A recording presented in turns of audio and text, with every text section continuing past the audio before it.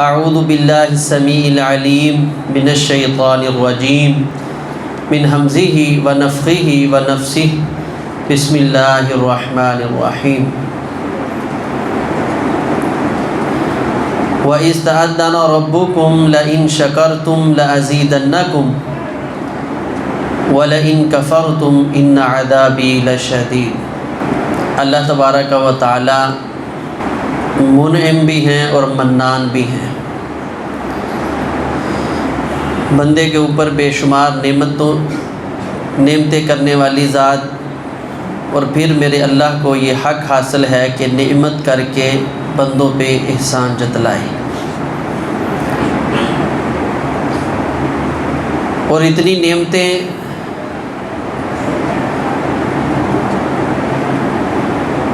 کہ اللہ تبارک و تعالی فرماتے وَإِن تَعُدُّوا نِعْمَةَ اللَّهِ لَا تُحْصُوهَا، اگر اللہ کی نعمتوں کو شمار کرنا چاہو تو شمار نہیں کر سکتے۔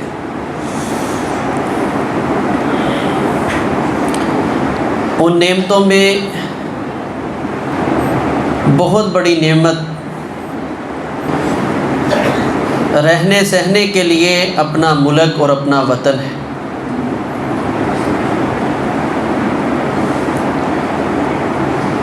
بعض دین اسلام کی حکمتوں سے کورے لوگ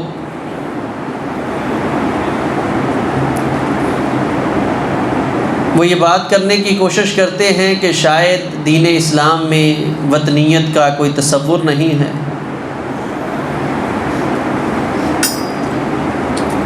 مالک کی توفیق سے میں چاہوں تو اس مسئلہ پر سینکڑوں دلائل دے سکتا ہوں کہ جس مٹی پہ پلے پوسے، فطرتی تقاضا یہ ہے، انسانیت کا حق یہ ہے کہ اس مٹی کے ساتھ محبت اور انسان کی عقیدت ہو۔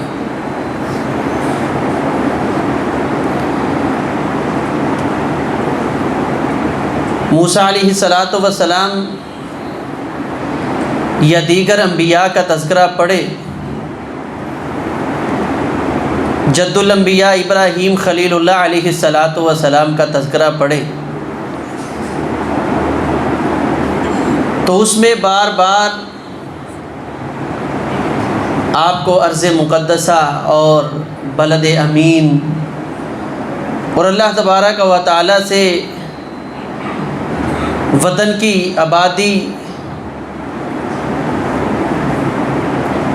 اور وطن کی طرف لوگوں کے دلوں کو مائل کرنے کی دعائیں، التجائیں لوگوں کو سمجھانا، یہ انبیاء کی سیرت سے ملے گا۔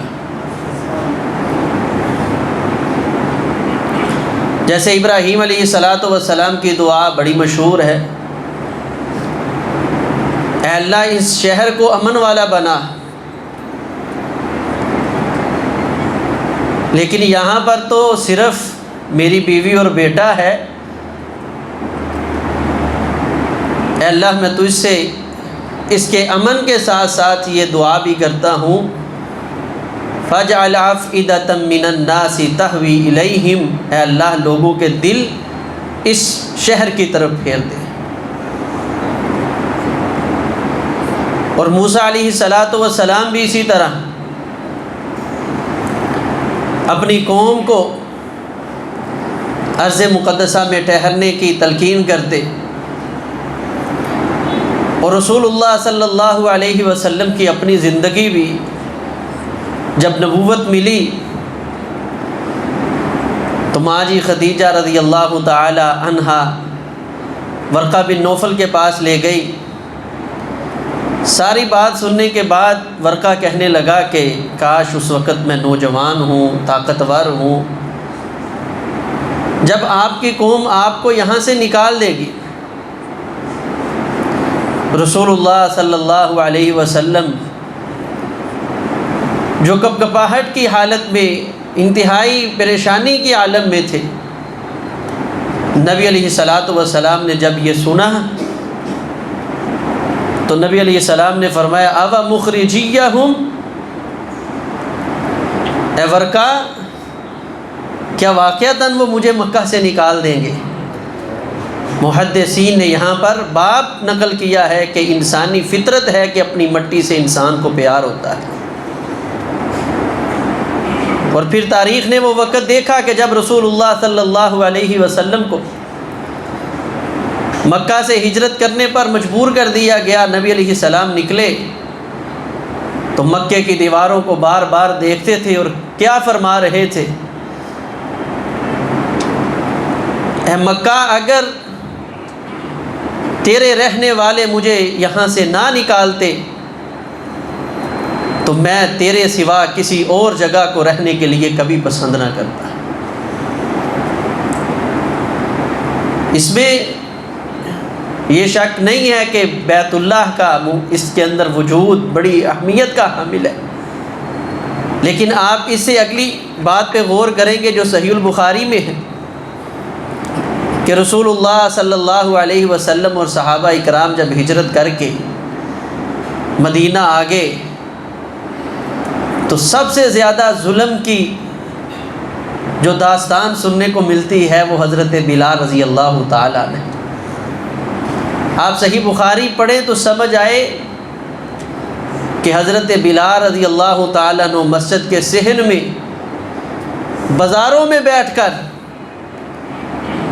بآواز بلند یہ کہا کرتے تھے، ہائے کاش مجھے مکہ کی مشہور اصغر گھاس جو ہے، بوٹی جو ہے، اس کے پاس رات گزارنے کو ایک رات مل جائے۔ حضرت ابوبکر صدیق رضی اللہ تعالیٰ کئی دن بیمار رہے، پھر رسول اللہ صلی اللہ علیہ وسلم نے صحت یابی کی دعا کی اور ساتھ میں کیا دعا کی؟ اللہم حبب الینا المدینہ، اے اللہ ہمارے دلوں میں مدینے کی محبت اسی طرح بٹھا دے جس طرح مکہ کی محبت ہمارے دلوں میں بٹھا دی۔ اور پھر رسول اللہ صلی اللہ علیہ وسلم کسی کام کے لیے جاتے، اللہ کے پیغمبر علیہ الصلاۃ والسلام واپس آتے، صحیح البخاری میں ہے نبی علیہ الصلاۃ والسلام جانور کے اوپر جس سواری کے اوپر ہوتے لا یحرکھا، اللہ کے پیغمبر اس کو حرکت دیتے، چوکا لگاتے، تیز دوڑاتے، کیوں؟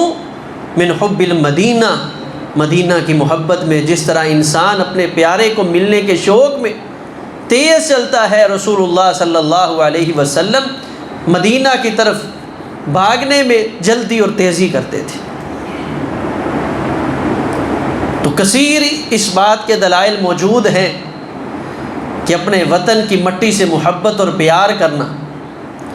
ہاں ایک بات جو اللہ تبارک و تعالی نے سورۃ توبہ کے اندر ذکر کی ہے اس کو مد نظر رکھیں، اللہ نے جن جن چیزوں کے ساتھ محبت فطرت ہے اس کو ذکر کیا، ان کان آباؤکم و ابناؤکم و اخوانکم و ازواجکم و عشیرتکم و اموال اقترفتموها، ساری چیزیں ذکر کرنے کے ساتھ فرمایا ومساکن ترضونہا، تمہارے مسکن، رہائش، رہنے کی جگہ۔ مفسرین نے یہاں سے اپنا گھر بھی مراد لیا ہے، اپنا وطن بھی مراد لیا ہے۔ تو فرمایا ان سب کے ساتھ محبت اللہ اور اس کے رسول سے بڑھ کے نہیں ہونی چاہیے، اللہ اور اس کے رسول کی محبت سب سے بڑھ کر ہے، اس سے نیچے جس طرح اپنے بیٹوں سے محبت ہے، ماں باپ سے محبت ہے، بہن بھائیوں سے محبت ہے، قوم قبیلے سے محبت ہے، اسی طرح اپنے وطن کے ساتھ بھی محبت ہے۔ یہ وطن اللہ تبارک و تعالیٰ کی بہت بڑی نعمت ہے، اور اس کے ساتھ ساتھ وطن کے ساتھ ساتھ اس بات کی اہمیت کو بھی مد نظر رکھا جائے کہ اس وطن میں ہمیں آزادی ملی ہے، اور یہ میں بلا مبالغہ آپ کو کہہ دینا چاہتا ہوں کہ اس دنیا کے جتنے ممالک ہیں دین کے لحاظ سے جتنا آزاد ہمارا یہ ملک پاکستان ہے، کوئی اور ملک نہیں ہے۔ جو علماء، شیوخ، مشائخ دورے کر کے آئے ہیں ملکوں کے، ان کے یہ تاثرات ہے، جس طرح کھل کر وضاحت کے ساتھ ملک پاکستان میں دین کی توضیح اور وضاحت ہوتی ہے، کسی اور ملک میں اتنی آزادی اور اجازت نہیں ہے۔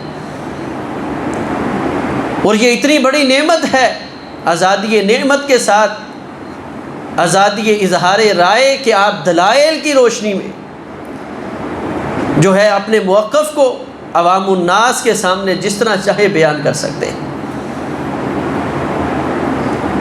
اور یہ اعزاز اس وقت صرف ملک پاکستان کو حاصل ہے۔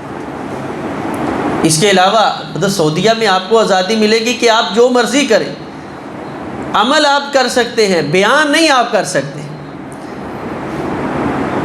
بیان ان کی پسند کا ہوگا تو ہوگا، نہیں تو نہیں ہو سکتا۔ ادھر کوئی ملک کے خلاف بھی بول دیتا ہے، کوئی حاکم وقت کے خلاف بول دیتا ہے، کوئی اداروں کے خلاف بول دیتا ہے، دین کی آڑ لے کر جو کوئی مرضی جس پہ چڑھائی کر دے۔ لیکن اللہ تبارک و تعالیٰ کی اس نعمت کی قدر کرنی چاہیے، حق اور انصاف کی بات کرنے کے عادی بن جائیں۔ تو یہ بہت بڑی نعمت ہے کہ انسان کو آزادی ملی ہے۔ اور ویسے کفر سے ہمیں جو آزادی، جو ہمارے بڑوں نے، ہمارے پیاروں نے آزادی لینے کے لیے قربانیاں دی ہیں، اس سے کبھی بھی صرف نظر نہیں کیا جا سکتا۔ اور ان کو مد نظر رکھ کر جس مقصد کے لیے اس ملک کو حاصل کیا گیا تھا، ان مقاصد کو پورا کرنے کی کوشش کرنی چاہیے کہ اللہ تبارک و تعالیٰ نے ہمیں اپنا وطن دیا ہے، اور اس وطن میں ہمیں آزادی دی ہے۔ اور وطن کی آزادی کا تقاضا کیا ہے؟ ایک وقت تھا کہ بنی اسرائیل غلامی کی زندگی بسر کرتے تھے، اور انتہائی غلامی۔ اللہ تبارک و تعالیٰ نے قرآن حکیم میں کئی بار اس چیز کو ذکر کیا، یذبحون ابناءہم ویستحیون نساءہم، یذبحون ابناءکم ویستحیون نساءکم۔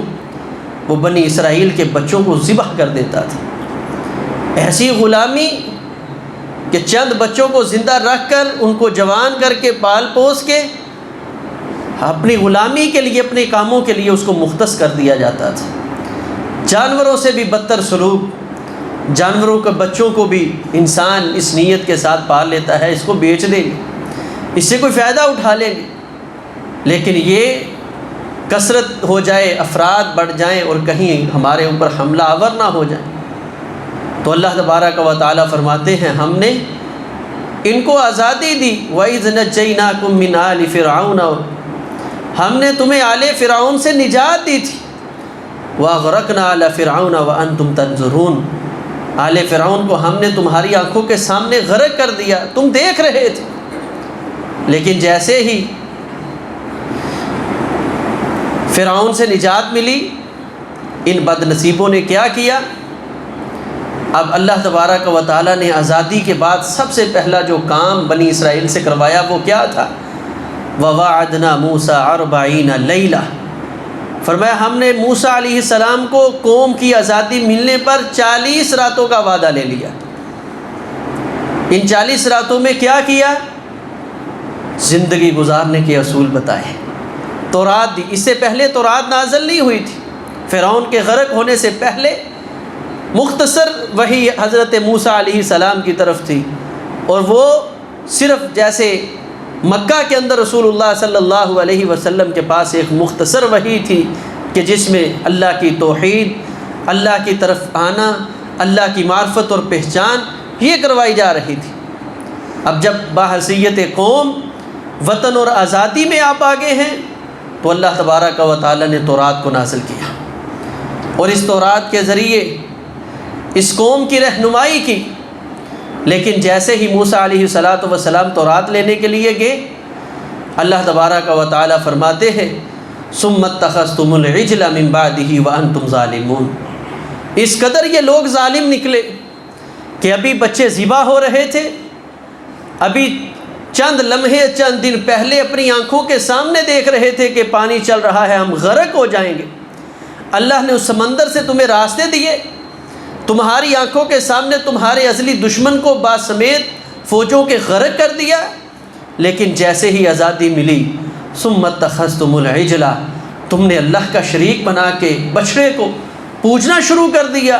وَأَنْتُمْ ظَالِمُونَ، تم در حقیقت ہے ہی ظالم، بڑے ظالم لوگ کہ تمہیں یہ بھی سوچ نہیں آئی، اتنی حیا نہیں آئی کہ یہ آزادی دینے والی جو ذات ہے وہ کون سی ہے.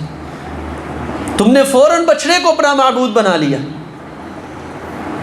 اور جب یہ قومیں اللہ کے ساتھ اپنا تعلق توڑ لے، پھر اللہ تبارک و تعالی ان قوموں کو اسی طرح ذلیل و رسوا کر دیتے ہیں. اللہ تبارک و تعالی فرماتے ہیں وَلَوْ أَنَّ أَهْلَ الْقُرَىٰ آمَنُوا وَاتَّقَوْا لَفَتَحْنَا عَلَيْهِمْ بَرَكَاتٍ مِّنَ السَّمَاءِ وَالْأَرْضِ. اگر یہ بستیوں والے جن کو اللہ نے آزادی کی نعمت سے نواز دیا ہے، ان کو رہنے کی جگہ مل گئی ہے، فرمایا یہ صحیح معنوں میں ایمان لے آئیں. الذین آمنوا ولم یلبسوا ایمانہم بظلم، یہ ایمان لا کر اپنے ایمان کے ساتھ شرک کی آمیزش نہیں کرتے. اولئک لہم الامن وہم مہتدون، ان لوگوں کے لیے اللہ کا وعدہ ہے، ان کے لیے امن ہی امن ہے. نہ آپس میں اختلاف، نہ آپس میں لڑائی جھگڑا جدال، اور نہ ان لوگوں کو باہر سے کسی چیز کا خوف اور خطرہ ہوگا، کیونکہ اللہ کا وعدہ ہے اولئک لہم الامن. سب سے پہلا کام کیا ہے؟ اللہ کی توحید کا اقرار کریں، شرک سے بیزاری کریں. اللہ کے مقابلے میں جتنے اپنے ذام میں انہوں نے معبود بنا لیے، ما تعبدون من دونہ الا اسماء، اس اللہ کے بعد تم نے جتنے بھی اپنے معبود بنانے کی کوشش کی ہے، ان کی کوئی حیثیت نہیں ما سوائے اس کے کہ الا اسماء، خود ان کے نام گڑھ لیے ہیں. سمیتموها انتم وآباؤکم، یہ نام تم نے خود رکھے ہیں، یہ تمہارے آباء و اجداد نے رکھے ہیں. ما انزل اللہ بہا من سلطان، اگر کوئی دلیل ہے تو لے کر آؤ. اللہ نے ان ناموں کی کوئی دلیل نازل نہیں کی. کس کو میرے رب نے لجپال کہا ہے، کس کو میرے رب نے غوث اعظم کہا ہے، کس کو داتا دستگیر کہا ہے. ما انزل اللہ بہا من سلطان، یہ سب اللہ کے نیک، انتہائی پیارے، محبوب، عقیدہ توحید پہ جان دینے والے بندے تھے. حق تو یہ بنتا تھا کہ ان کی سیرت کو اپنا کے اپنی زندگی کو سنوارا جاتا، نہ کہ ان کے محبت کے نام پہ ہم اپنی زندگیوں کو برباد کرتے نہیں. وَلَوْ أَنَّ أَهْلَ الْقُرَىٰ آمَنُوا وَاتَّقَوْا لَفَتَحْنَا عَلَيْهِمْ بَرَكَاتٍ مِّنَ السَّمَاءِ وَالْأَرْضِ. امن بھی ملے گا، اور امن کے ساتھ فرمایا لَفَتَحْنَا عَلَيْهِمْ بَرَكَاتٍ مِّنَ السَّمَاءِ وَالْأَرْضِ، ہم ان کے لیے زمین و آسمان کے تمام برکتوں والے دروازے جو ہیں وہ کھول دیں گے. اور دوسرے مقام پہ اللہ تبارک و تعالی نے انہی بنی اسرائیل کا ذکر کیا اور فرمایا وَلَوْ أَنَّهُمْ أَقَامُوا التَّوْرَاةَ وَالْإِنْجِيلَ، اگر یہ یہودی اور عیسائی تورات اور انجیل پہ صحیح طرح عمل پیرا ہو جاتے، اللہ کی جو ان کو دعوت پہنچی تھی اس کو صحیح معنوں میں یہ مان لیتے. اللہ تبارک و تعالی فرماتے ہیں وَمَا أُنزِلَ إِلَيْهِم مِّن رَّبِّهِمْ، اور جو کچھ ان کی طرف ان کے رب نے نازل کیا ہے اس کو یہ اچھے طریقے سے اپنا لیتے، عمل پیرا ہو جاتے، تو اللہ تبارک و تعالی فرماتے ہیں لَأَكَلُوا مِن فَوْقِهِمْ، تو یہ اپنے اوپر سے کھانے کھاتے. مطلب بارشیں آتی، ایسے نہیں کہ بارشیں جو ہیں وہ طوفان کا سبب بن کر ان کے لیے آتی، ان کے لیے وحشت اور گھبراہٹ کا سبب بن کے آتی، اور یہ لوگوں کی تباہی کا سامان بن کے آتی. یہ کیوں تباہی کا سبب بن گئی؟ کہ ان لوگوں نے شریعت جو اللہ نے ان کو کتاب دی تھی، کلام اللہ ان کو دیا ہے، یہ ان سے اعراض کر گئے ہیں، اس سے منہ پھیر گئے ہیں. تو فرمایا ان کے لیے آسمان سے بابرکت بارشیں نازل ہوتی، زمین ان کے لیے عمدہ کھانے اگلتی، پھر یہ وباؤں کے شکار نہ ہوتے، پھر اللہ کی رحمت ان پر موسلادھار برستی. تو آزادی مل جانے کے بعد، وطن مل جانے کے بعد، وطن کے اندر آزادی مل جانے کے بعد سب سے پہلا کام اللہ کی توحید کا اقرار، اور اس کے بعد اللہ کے احکامات اور تعلیمات جو ہیں ان کو اپنے سینے کے ساتھ لگائیں. اس کے بعد اللہ تبارک و تعالی فرماتے ہیں بنی اسرائیل کے حوالہ سے، اللہ تبارک و تعالی فرماتے الذین ان مکناہم فی الارض، وہ لوگ کہ جن کو ہم نے اس دنیا میں آزادی دی ہے، رہنے کے لیے جگہ دی ہے، پرسکون زندگی بسر کرتے ہیں. ذرا تصور کریں آپ ہمارے قرب کے اندر کشمیر کے حالات پہ غور کریں، دیگر جو شام کے حالات پہ غور کر لیں، موجودہ حالات فلسطین کے، اب ہم میں سے کس کی نظروں سے اوجھل ہیں؟ یہ آزادی کی نعمت کو اگر اب بھی ہم نہیں سمجھتے، مسلمانوں کے لیے یہ ملک پاکستان کتنی بڑی نعمت ہے، اگر اب بھی ہم نہیں سمجھتے تو پھر ہم کبھی نہیں سمجھ سکتے۔ اللہ تبارک و تعالیٰ فرماتے ہیں ہم نے ان لوگوں کو رہنے کے لیے اس دنیا میں جگہ دی، تو ان کا کام کیا ہے؟ اقاموا الصلاۃ۔ پہلا کام اس جگہ اللہ تبارک و تعالیٰ یہ ذکر فرما رہے ہیں، اور تدریجاً یہ تیسرا کام ہے، اللہ کی توحید، شریعت، جو اللہ کا پیغام ہے اس کو سمجھنا، اس پہ عمل کرنے کی کوشش کرنا، نماز کی اقامت کرنا، نماز کو قائم کرنا۔ جو قومیں نماز چھوڑ دیتی ہیں وہ اپنی دنیا بھی برباد کر لیتی ہیں، آخرت بھی برباد کر لیتی ہیں۔ اسی لیے عمر بن خطاب رضی اللہ تعالیٰ عنہ جب بھی کسی کو گورنر بنا کر بھیجتے تو ان پہلی وصیتوں میں یہ لکھتے، بھئی نماز کا خیال کرنا، اگر تم نماز کی پاسداری نہیں کر سکتے تو میں عمر اس بات کی گواہی دیتا ہوں تم لوگوں کے حقوق کی بھی کبھی پاسداری نہیں کر سکتے۔ وہ حکمران ہو، وہ رعایا ہو، عوام ہو یا حکمران ہو، کوئی بھی صورت بے نماز ہے وہ اس دنیا میں نحوست کے لائق ہے، اس کے لیے برکت کی کوئی چیز نہیں۔ نبی علیہ السلام نے فرمایا نہیں، جو فجر کی نماز نہیں پڑھتا حتیٰ کہ سورج طلوع ہو جاتا ہے، فرمایا وَإِلَّا أَصْبَحَ خَبِيثَ النَّفْسِ، یہ صبح کرتا ہے خبیث النفس ہو کر، کسلان، اس کے اندر سوائے سستی کی اور کچھ ہے ہی نہیں، یہ کوئی کام نہیں کر سکتا جو فجر کی نماز نہیں پڑھ سکتا۔ نماز کا اہتمام۔ اس کے بعد اللہ تبارک و تعالیٰ فرماتے ہیں اقاموا التورات، تورات کا جو ہے اقاموا الصلاۃ، نماز کی اقامت ہے، اور اس کے بعد آتوا الزکوٰۃ، زکوٰۃ کی ادائیگی ہے، اللہ کے حقوق، اللہ کے راستے میں ان کو خرچ کرنا جو اللہ نے ہمیں مال دیا ہے۔ اور اس کے بعد تیسرا حکم اللہ تبارک و تعالیٰ فرماتے ہیں وَأَمَرُوا بِالْمَعْرُوفِ، نیکی کے کاموں کا حکم کریں، وَنَهُوا عَنِ الْمُنکَرِ، اور برائی کے کاموں سے روکیں۔ یہ چار کام جب آپ کو وطن میں آزادی مل جائے تو کریں، تو اللہ تبارک و تعالیٰ کی رحمتیں تمہارے اوپر نازل ہوں گی۔ تو 6 اعمال شریعت اسلامیہ نے ہمیں خصوصی آزادی کے موقع پر دیے ہیں۔ نمبر 1 اللہ کی توحید کا اقرار کرنا ہے، نمبر 2 اللہ کی جو تعلیمات ہیں ان کو پڑھنا سمجھنا، اس پہ عمل کرنے کی کوشش کرنی ہے، خصوصاً نماز کی اقامت کا خیال، اللہ کے راستے میں خرچ کرنے کا جذبہ، اور اسی طرح نیکی کے حکم کا جذبہ اور لوگوں کو برائی سے روکنے کا جذبہ۔ یہ 6 جذبے جب ہمارے اندر پیدا ہو جائیں گے تو ہم آزادی کا حق ادا کر رہے ہیں۔ اللہ تبارک و تعالیٰ ملک پاکستان اس عظیم نعمت کو ہمیں نعمت سمجھنے کی توفیق عطا فرمائے۔ اقول قولی ھذا استغفر اللہ لی ولکم ولسائر المسلمین۔ کڑی خراب ہے سب، ٹائم کیوں ہے ادھر؟ صحیح 25 یہ 21 منٹ ہوئے۔ غلط۔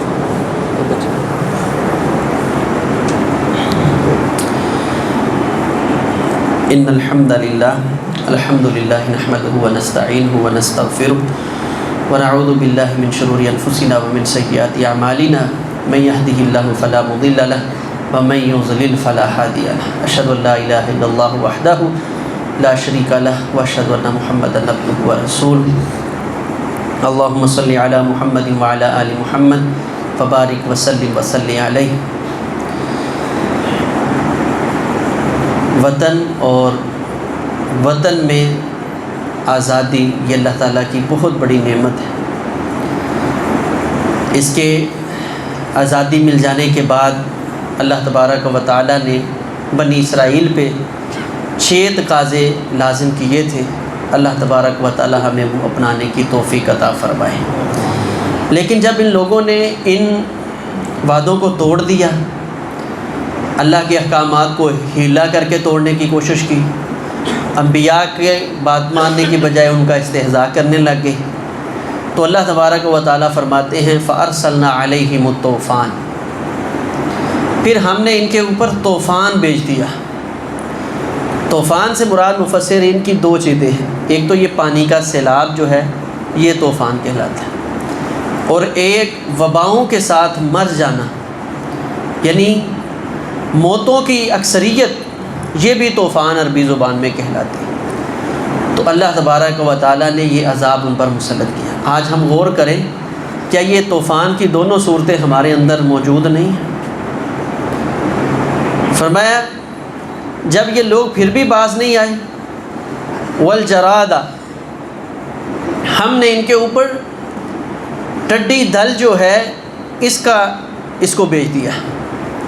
یہ ایک چھوٹا سا پرندہ، یہ پچھلے 2-3 سال سے یہ ادھر جنوبی پنجاب اور ادھر ہمارے اکاڑا تک یہ ہو کر گیا ہے اس پٹی میں۔ یہ عام جو ہماری ٹڈی ہے اس کے مشابہ تھوڑا سا بڑا ہوتا ہے، لیکن اس کا اصل کام کیا ہے کہ اناج کو برباد کر دیتا ہے۔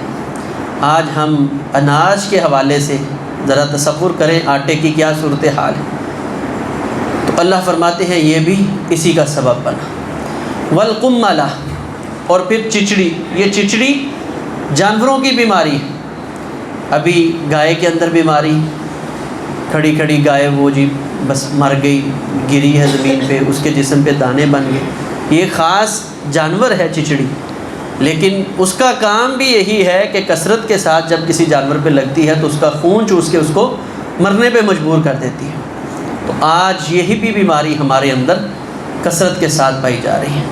اس کے ساتھ اللہ تبارک و تعالیٰ فرماتے ہیں والضفادع، اللہ تبارک و تعالیٰ نے مینڈکوں کا عذاب بھیجا۔ جو بھی چیز کھاتے اس کے اندر کھانے پینے والی اشیاء میں مینڈک ہی مینڈک، حتیٰ کہ مفسرین نے لکھا ہے بستروں پر مینڈک، اس قدر بڑھ گئے ان کے لیے۔ اور اس کے ساتھ والدم، اللہ نے خون کا عذاب ان کے اوپر نازل کر دیا، یعنی نہ ان کے لیے سونے کو آرام ہے، نہ کھانے کو آرام ہے، نہ پینے کو آرام ہے، نہ کام کرنے کے لیے کام ہے۔ آج ذرا مجموعی طور پہ نظر دوڑائیں تو کیا یہ بنی اسرائیل نے جو اللہ کی ناشکری کی تھی، اس ناشکری کے عوض آج ہم بھی ان مصیبتوں کے اندر تو نہیں پھنس گئے؟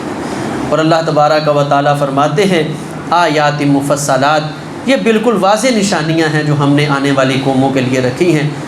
عقل مند انسان وہی ہے انما السعید لمن وعظ بغیر، جو اپنے غیر سے نصیحت پکڑ لے۔ اگر اب بھی ہم نہیں سمجھیں گے اور اللہ کے دین کی طرف نہیں آئیں گے تو ہم تباہی کے دہانے میں ہیں۔ اور وہ کہتا ہے کہ اب بھی نہ سمجھو گے تو مٹ جاؤ گے، تمہاری داستان تک نہ رہے گی داستانوں میں۔ تو ابھی اللہ کی طرف آئیں، قرآن و سنت کے ساتھ چمٹ جائیں۔ اللہ تبارک و تعالی ہمیں آزادی کے ان معنی مفاہیم کو سمجھنے کی توفیق عطا فرمائے۔ اقول قولی ھذا استغفر اللہ لی ولکم ولسائر المسلمین۔